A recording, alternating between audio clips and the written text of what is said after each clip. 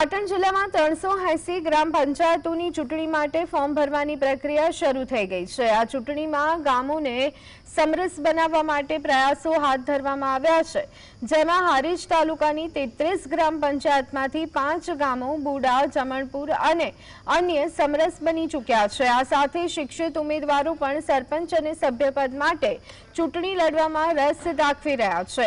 ખાસ કરી હારીજ તાલુકાના તંબુડિયા ગામમાં શિક્ષિત ઉમેદવારો આગળ આવ્યા છે। એક ઉમેદવારે ગામમાં શિક્ષણ પર ધ્યાન કેન્દ્રિત કર્યું છે, જ્યારે અન્ય એક ઉમેદવારે પાણીની સમસ્યા હલ કરતા પહેલા ટાંકી બનાવી આપી હતી અને ભવિષ્યમાં વધુ પાણીની સુવિધા માટે કામ કરવાની પ્રતિબદ્ધતા દર્શાવી છે। વિષ્ણુભાઈના ટેકેદારમાં છીએ। તંબોળિયાથી વિષ્ણુભાઈનું ઉમેદવારીમાં ફોર્મ ભરાયું છે। એ વ્યક્તિ અમારા ગામે એટલા માટે વ્યક્તિની પસંદગી કરી કે વ્યક્તિ ગામના વિકાસનું કામ કરે એવો વ્યક્તિ છે।